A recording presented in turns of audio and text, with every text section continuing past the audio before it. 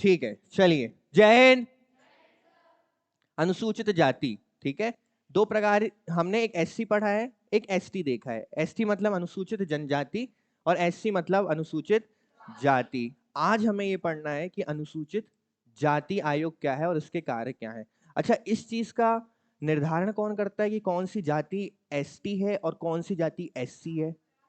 जी नहीं, आयोग करते हैं। राष्ट्रपति इतने फ्री थोड़ी हैं। राष्ट्रपति संवैधानिक तौर पर ये आदेश किसको देते हैं? आयोग को देते हैं। आयोग अपनी रिपोर्ट किसको सबमिट करता है? राष्ट्रपति को। पर कार्य कौन करता है, राष्ट्रपति या आयोग? तो आयोग कार्य करता है। ठीक है, ये आयोग डिसाइड करेगा कि हमें किस क्षेत्र की किस जाति को अनुसूचित जाति का दर्जा देना है। अब दर्जा देना क्यों आवश्यक है? क्योंकि हम जानते हैं कि ऐसे बहुत से क्षेत्र हैं, ऐसे बहुत सी योजनाएं हैं और आरक्षण है जो अनुसूचित जाति को दिया जाता है। अब वो तभी उनको मिलेगा जब उन्हें इस कास्ट के अंतर्गत या इस सूची के अंतर्गत रखा जाएगा। तो ये डिसाइड करने का काम कौन करेगा? आपका आयोग। इसके अलावा भी बहुत सारे काम करेगा, तो वही आज हमें देखना है। तो अनुसूचित जाति आयोग में सबसे पहले हम इसका थोड़ा सा इतिहास है कि ये कहां से आया, कैसे आया और किस प्रकार से ये बना, कैसे ये वैधानिक बना और वैधानिक के बाद आज किस प्रकार से ये एक संवैधानिक आयोग बनकर कार्य कर रहा है। ठीक है, थोड़ी सी इसकी पृष्ठभूमि समझते हैं। तो सबसे पहले देखना 1950 देश कब आजाद हुआ? 1947 को हो गया था ना। ठीक है, अनुसूचित जाति व जनजाति के लिए एक आयुक्त, आयुक्त क्या होता है? ये आयुक्त क्या होता है? आयुक्त मतलब होता है एक विशेष अधिकारी या उस कार्य के लिए करने के लिए जो अधिकारी या प्रमुख या अध्यक्ष नियुक्त किया जाता है उसे क्या कहते हैं? आयुक्त।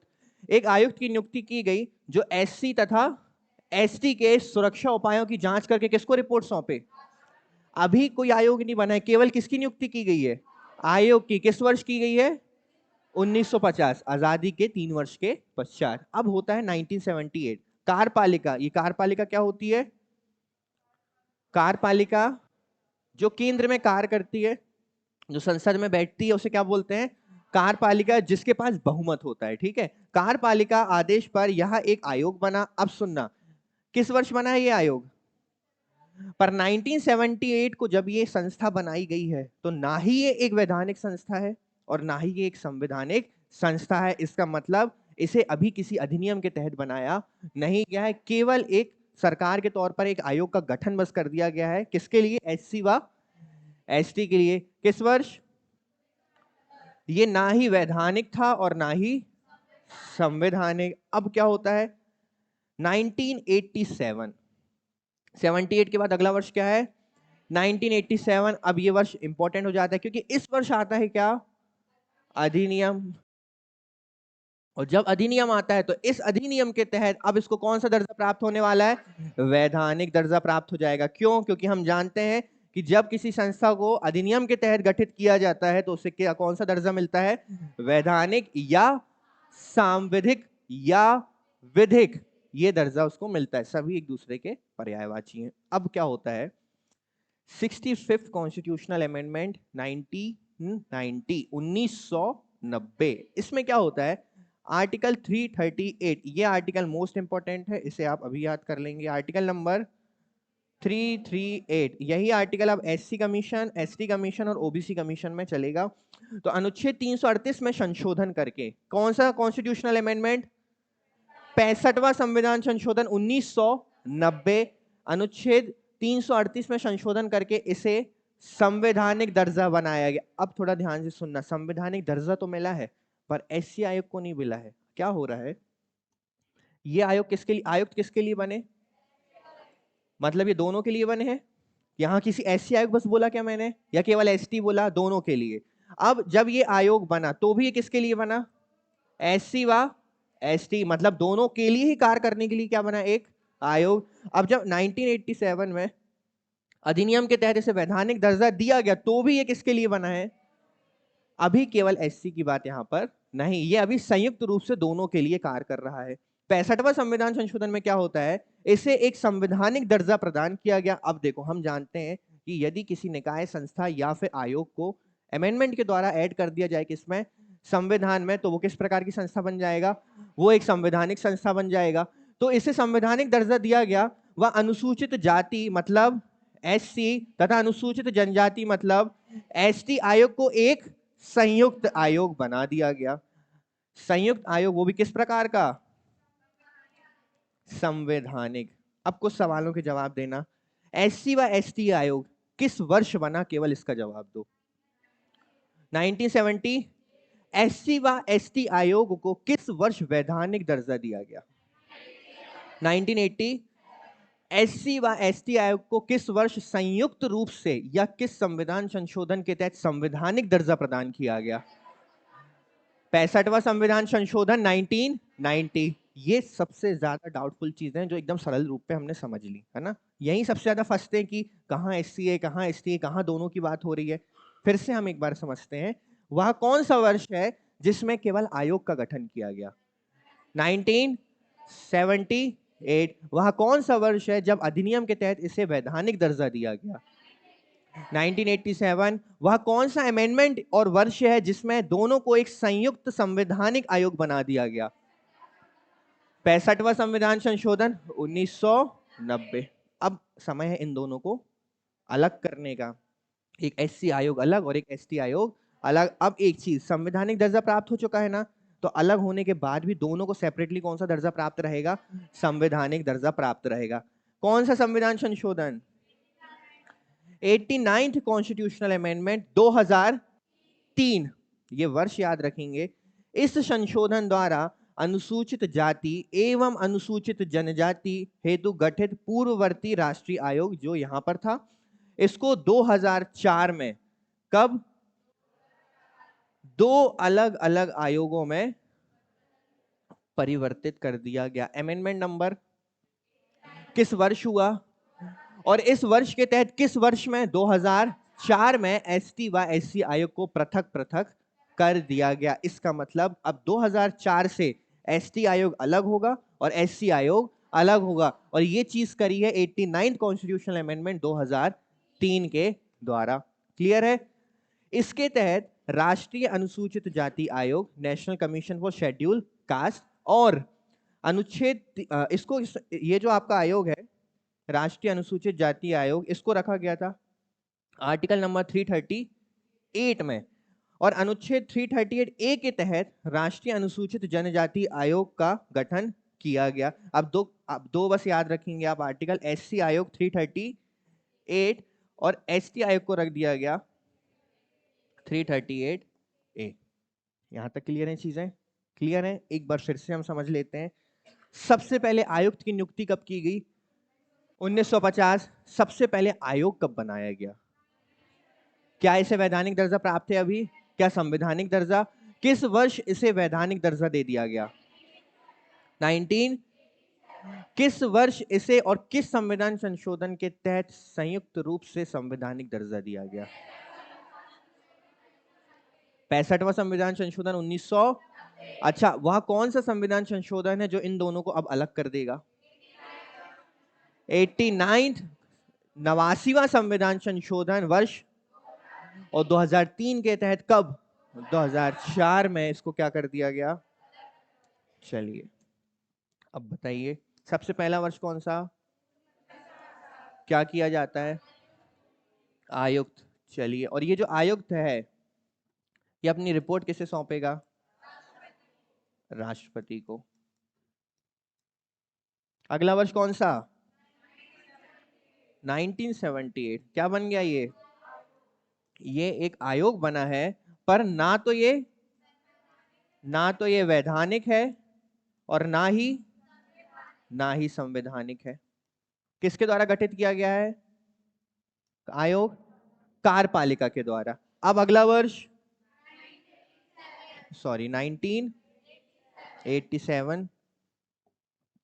1987 क्या होता है? अधिनियम आता है। अधिनियम आया और हम जानते हैं कि अधिनियम आ गया तो आयोग क्या बन गया? अधिनियम के तहत ये बन गया एक वैधानिक आयोग। इसके बाद अगला वर्ष संविधान कौन सा संशोधन? 65वां वर्ष 1990। क्या हो गया ये?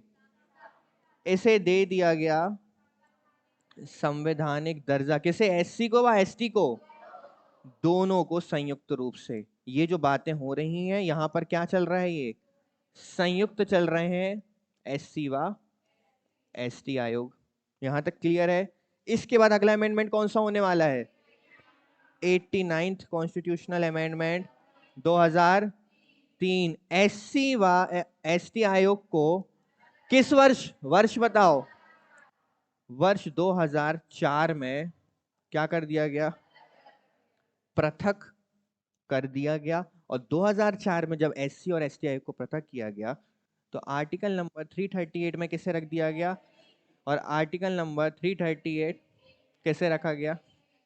एसटी आयोग को रख दिया गया। और हम जानते हैं कि यदि कोई भी आयोग संविधान के किसी अनुच्छेद में लिख दिया गया या उसका उल्लेख मिल गया तो वो किस प्रकार का आयोग बन जाएगा? संवैधानिक आयोग बन जाएगा। तो वर्तमान में आज जब हम पढ़ रहे हैं एससी आयोग को तो ये एक किस प्रकार का आयोग है? संवैधानिक आयोग है। तो ये पृष्ठभूमि समझ में आ गई? अच्छे से समझ में आ गई? आगे बढ़े अब इसका गठन।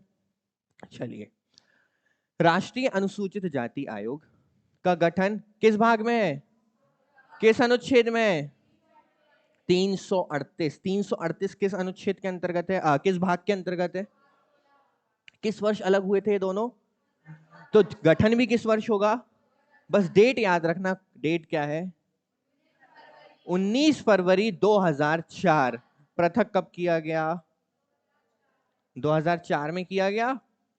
किस अमेंडमेंट के तहत?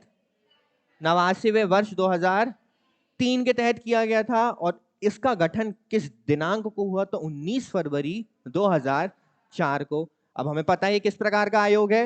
ये संवैधानिक आयोग है। राष्ट्रीय अनुसूचित जाति आयोग का मुख्यालय कहां पर है? दिल्ली में है। अब एक इंपॉर्टेंट चीज याद रखना, इसका हेडक्वार्टर कहां पर है? इसके 12 रीजनल हेडक्वार्टर, क्षेत्रीय कार्यालय हैं। तो ये बस आपको याद रखना है। 12 कितने? एससी आयोग के कितने क्षेत्रीय कार्यालय हैं? कितने? 12। और मुख्यालय कहां पर है? क्षेत्रीय कार्यालय कितने हैं?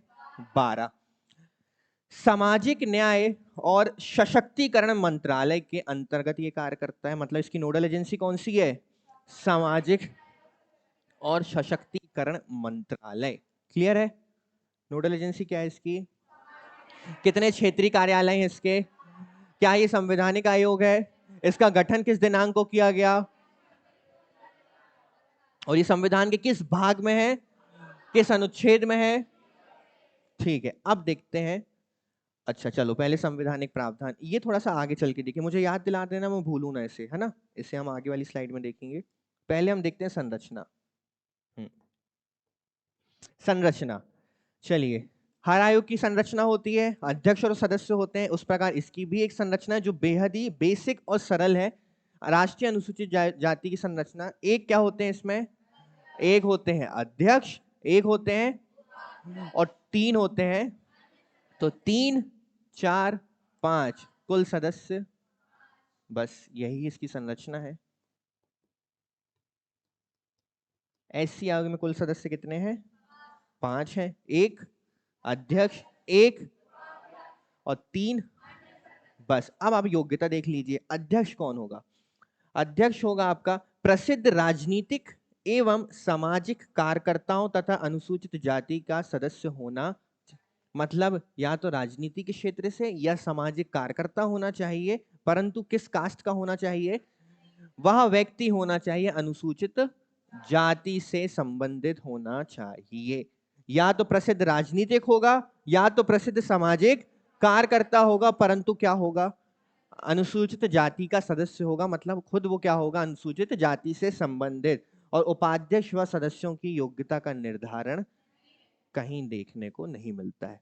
क्लियर है? फिर से संरचना देखते हैं। कुल मेंबर्स कितने? 5। एक कौन? एक कौन? 3 कौन? अन्य सदस्य। ठीक है, अध्यक्ष बनने के लिए क्या योग्यता है? या फिर सामाजिक कार्यकर्ता हो, परंतु किसका सदस्य होना चाहिए? अनुसूचित जाति या जनजाति जाति का सदस्य। और उपाध्यक्ष और सदस्यों की कोई भी योग्यता का उल्लेख नहीं किया। सरल है? ठीक है।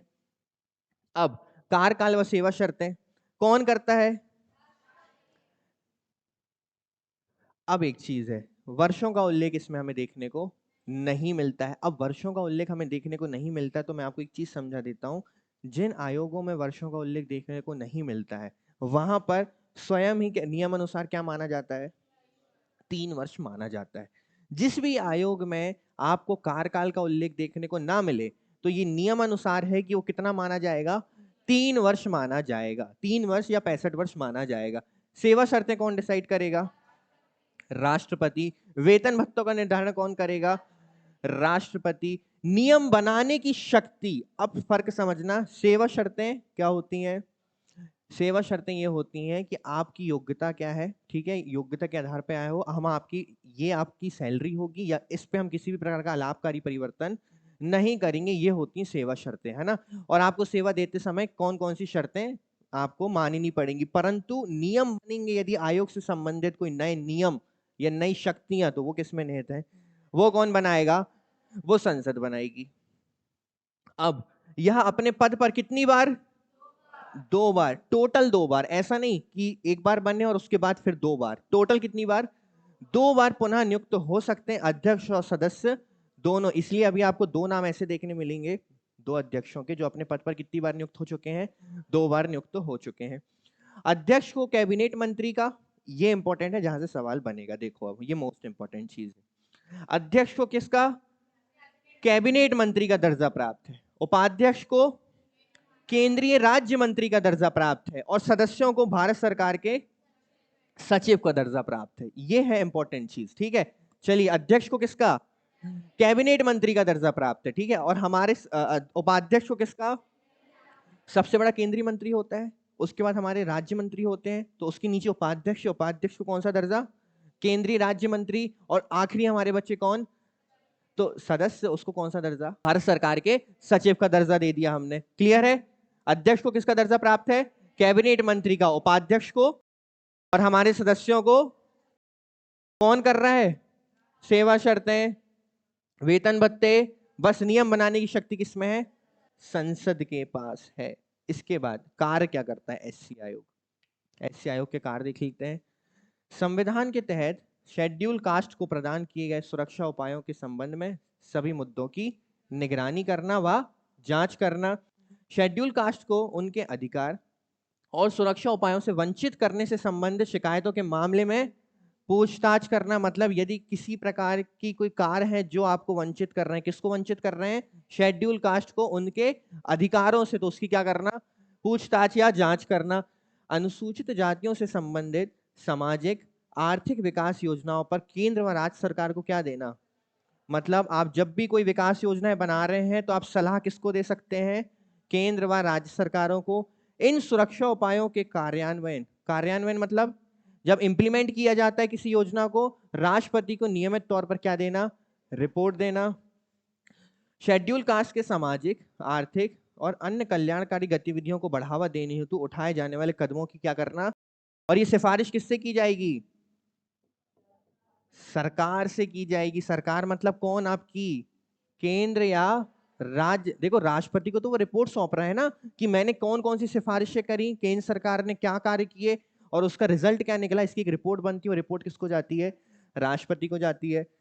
शेड्यूल कास्ट समुदाय के कल्याण, सुरक्षा, विकास और उन्नति के संबंध में कई अन्य, तो कुल मिलाकर ये क्या कर रहे हैं, ये कुल मिलाकर एससी के क्षेत्र में कार्य कर रहा है, एससी के डेवलपमेंट के लिए कार्य कर रहा है। उसके लिए कोई नई योजनाएं बन रही है तो सिफारिश किसको कर रहा है, सरकार को कर रहा है। अपनी वार्षिक रिपोर्ट किसको सौंप रहा है, उसके लिए राष्ट्रपति को सौंप रहा है। और आर्टिकल 341 के तहत किस कास्ट को किस में शामिल करना है, एससी में शामिल करना है, ये किसको सलाह देना, राष्ट्रपति को सलाह देना। तब राष्ट्रपति उस पर हामी भर के उसको किस में ऐड कर सकते हैं, एससी की सूची में शामिल कर सकते हैं। पर ये सिफारिश कौन करेगा कि किसे शामिल करना है, आपका एससी आयोग सिफारिश करेगा।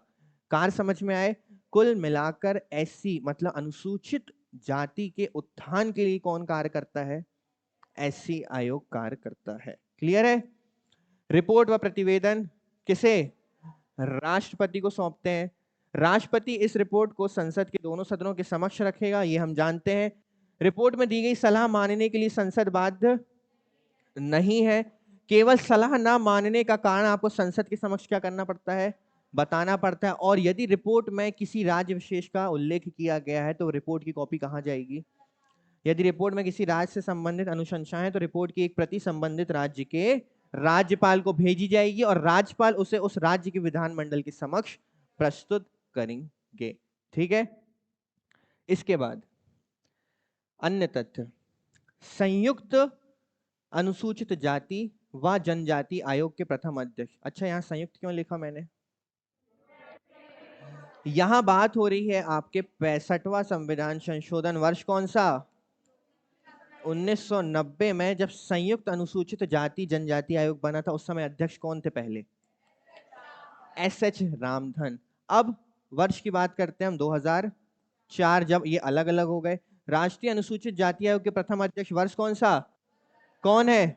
सूरज भान। वर्तमान अध्यक्ष कौन है? ये वही है जो कि दूसरी बार बने हैं आपके, विजय सांपला। अब देखना, पीएल पुनिया तथा विजय सांपला कितनी बार? तो ये इंपॉर्टेंट हो जाते हैं, हमें पता होना चाहिए। दो इस प्रकार के अध्यक्ष हैं जो 2 बार नियुक्त किए गए हैं। पहले कौन और दूसरे कौन? विजय सांपला। 2004 से अब तक केवल आपके ये अध्यक्ष रहे हैं। पहला नाम जो हमने अभी देखा कि 2004 में बने थे, दूसरा नाम बूटा सिंह, तीसरा नाम ये यही पीएल पुनिया है जो 2 बार बने हैं, चौथे रामशंकर कटेरिया और पांचवा विजय सांपला। देखो ये नाम हम अभी याद कर लेते हैं। पहला नाम सूरजभान, दूसरा नाम बूटा सिंह, सूरजभान बूटा सिंह, तीसरा नाम पीएल पुनिया, चौथा, पांचवा। इनमें से कौन से वो 2 अध्यक्ष हैं जो 2 बार नियुक्त हुए हैं? पीएल पुनिया और विजय सांपला। क्लियर है ये चीज? हाँ, क्या बताना था आपको? यही दिखाना। चलिए, अब संविधान हमारा, भारतीय संविधान में कितने अनुच्छेद हैं? 395। उसमें से कुछ अनुच्छेद किससे संबंधित हैं? जिसमें अनुसूचित जाति शब्द या उनके लिए कोई कानून आपको देखने को मिल जाएगा या प्रावधान देखने को मिल जाएगा। बस उन्हीं प्रावधानों में से कुछ आर्टिकल्स हैं जो हमें देखने हैं। सबसे पहला 15(4), अगर आपको याद हो 15(4), तो अनुसूचित जाति की उन्नति हेतु विशेष प्रावधानों को संदर्भित करता है। अब देखो यहाँ पे जो अनुच्छेद 15(4 है, अनुसूचित जाति अकेले के लिए नहीं करता है, पर हम अभी किसकी बात कर रहे हैं? अनुसूचित जाति आयोग की। तो हम अभी किसकी बात करेंगे? केवल अनुसूचित जाति की। तो इसमें आपको अनुसूचित जाति की उन्नति का प्रावधान, यदि आपको सवाल देखने मिल जाए कि निम्न में से कौन सा अनुच्छेद है जो अनुसूचित जाति से संबंधित नहीं है, तो क्या हमें पता होना चाहिए कि कौन कौन से संबंधित हैं? तो सबसे पहला 15(4), फिर हम चलते हैं अगला 16(4)(a). यदि राज्य के तहत प्रदत्त सेवाओं में अनुसूचित जाति का पर्याप्त प्रतिनिधित्व नहीं है तो पदोन्नति के मामले में यह किसी भी वर्ग पदों हेतु आरक्षण का प्रावधान करता है। याद है, पढ़ा था हमने, पदोन्नति में भी क्या दिया जाएगा? आरक्षण दिया जाएगा। 16(4)(a).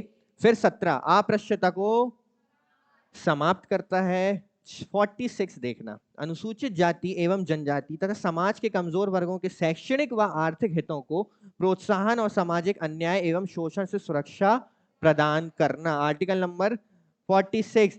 335 यह प्रावधान करता है कि संघ और राज्यों के मामलों में सेवाओं और पदों पर नियुक्ति हेतु अनुसूचित जातियों तथा अनुसूचित जनजातियों के सदस्यों के दावे को लगातार प्रशासनिक दक्षता के साथ ध्यान में रखा जाएगा। इसका मतलब यह है कि जब भी संघ और राज्य सेवाओं और पदों पर नियुक्ति करेंगे तो अनुसूचित जाति तथा अनुसूचित जनजाति के सदस्यों के जो दावे हैं, दावे मतलब क्या होता है? मतलब उनकी भागीदारी, ठीक है, को लगातार प्रशासनिक दक्षता के साथ ध्यान में रखा जाएगा।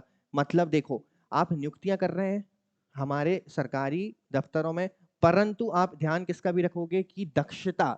दक्षता मतलब क्या होता है? दक्षता मतलब क्या होता है?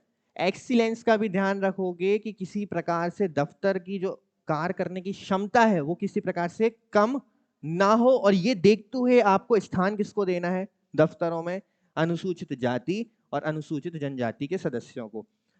आर्टिकल 330 और 332 ये आगे हम पढ़ेंगे। इसमें क्या होता है? लोकसभा एवं राज्यों की विधानसभाओं में अनुसूचित जाति और अनुसूचित जनजाति के सीटों का क्या है? आज आप जिस जिले में रहते हैं इस जिले में भी एक सिस्टम है कि यहाँ पे एक सीट आरक्षित है। किस वर्ग के लिए? एसटी वर्ग के लिए। इसी प्रकार ये किसमें किया गया है? 330 और 32 के तहत किया गया है कि लोकसभाओं में और राज्यों की विधानसभाओं में सीटें रिजर्व रखी गई हैं। किसके लिए?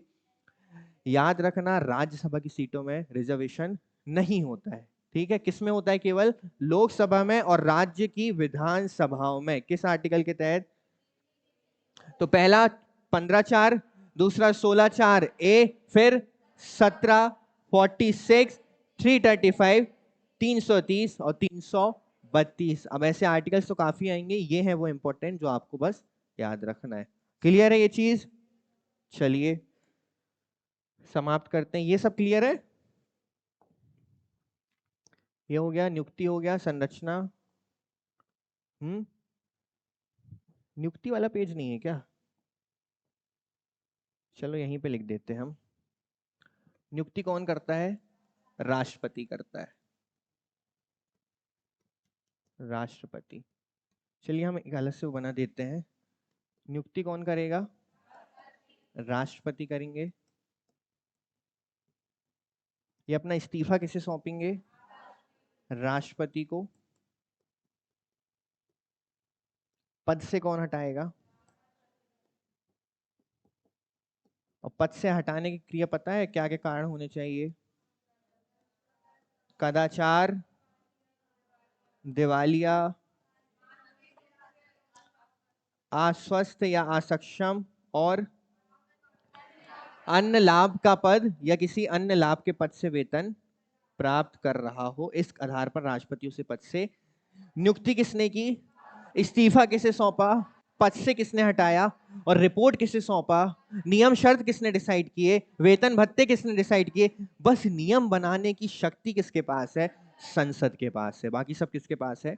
राष्ट्रपति के पास है। तो क्लियर है ये हो गया हमारा राष्ट्रीय अनुसूचित जाति आयोग। जल्दी से 5 अध्यक्ष के नाम बताओ। पहला नाम सूरजभान, किस वर्ष? 2000। दूसरा नाम फूटा नहीं, बूटा, है ना? फूटा मत बना देना उन्हें, ठीक है? कौन से सिंह? बूटा सिंह। तीसरा PL पुनिया। चौथा नाम राम सिंह कठेरिया। और पांचवा, इसमें वो दो कौन है जो 2 बार बने? पहला और दूसरा विजय सांपला। ठीक है, अब मध्य प्रदेश की ओर बढ़े। अब मध्य प्रदेश में एक चीज याद रखना कि मध्य प्रदेश में ये जो आयोग है आपका, ये संवैधानिक आयोग नहीं है। ये किसके तहत बनाया गया है? यह अधिनियम के तहत बनाया गया है। और अधिनियम के तहत बना मतलब ये कैसा आयोग हो गया? सांविधिक। ठीक है, मध्य प्रदेश में या मध्य प्रदेश के इस आयोग को संवैधानिक दर्जा प्राप्त नहीं है। देख लेते हैं, बहुत कुछ नहीं है, हवा की तरह आएगा और हवा की तरह चला जाएगा। ठीक है, चलिए कौन सा अधिनियम? बस 1995 राष्ट्रीय सॉरी मध्य प्रदेश राज्य अनुसूचित जाति अधिनियम 1995 के तहत 29 जून 1900। सबसे ज्यादा बस इंपॉर्टेंट चीज यही है, इतना ही बस आपको याद रखना है। कब गठन हुआ है इसका? 29 जून 1995। किस अधिनियम के तहत? राज्य, याद रखना, मध्य प्रदेश राज्य अनुसूचित जाति अधिनियम के तहत वर्ष 1995 में। मुख्यालय कहाँ है और ये किस प्रकार का आयोग है? संरचना देखना, 1 अध्यक्ष, 2 अशासकीय सदस्य और 1 सचिव। अब इतना बस याद रखना कि इसमें 2 अशासकीय सदस्य होते हैं। अशासकीय सदस्य का मतलब क्या होता है? गैर शासकीय। क्या बात है, बहुत बढ़िया। गैर शासकीय। गैर शासकीय और अशासकीय में फर्क क्या है? मैंने पूछा गैर शासकीय अशासकीय होते क्या है, ये बताओ। इसका मतलब जो किसी सरकारी पद पर नहीं है वही आपके अशासकीय है। टोटल मेंबर्स कितने हो गए? 2, 3, 4। 1 अध्यक्ष, 2 अशासकीय सदस्य और 1 सचिव। क्लियर है? मध्य प्रदेश की बात कर रहे हैं। नियुक्ति, सेवा शर्तें, वेतन भत्ते का निर्धारण, अध्यक्ष सदस्यों का कार्यकाल, त्याग पत्र, वार्षिक रिपोर्ट, यानी ना राष्ट्रपति ना राज्यपाल, सबकी सब चीजें कौन कर रहा है? राज्य सरकार कर रही है। बस ये याद रखना कि इनका टर्म कितना है? इनका टर्म है 3 वर्ष। और राज्य सरकार इस रिपोर्ट को कहां रखती है? जैसे हर कोई रखता है। ठीक है, हर कोई मतलब हर आयोग रखता है, हर कोई मतलब हम नहीं, है ना? राष्ट्रीय अनुसूचित जाति आयोग की तरह ये अपने राज्य क्षेत्र में क्या करता है? कार्य करता है। प्रथम अध्यक्ष अब तक इसके क्या है, लापता है, मिल जाएंगे तब बता दिया जाएगा। और वर्तमान अध्यक्ष कौन है इसके, श्री आनंद अहिरवार। वर्तमान कौन है, आनंद अहिरवार। बस इतना ही है आपका मध्य प्रदेश, और इतनी ही चीजें, इतना ही है का मतलब है कि इतनी ही चीजें दी गई हैं, इतनी ही चीजें मिलती हैं, है ना। और ज्यादा ढूंढने जाएंगे चीजें तो इस आयोग की हमें देखने को नहीं मिलती, क्योंकि ये संवैधानिक आयोग नहीं है, एक अधिनियम के तहत बन गया है। तो बस वही चीजें हैं। किस अधिनियम के तहत बना है, 1995। किस डेट को बना है, राष्ट्रीय कब बना,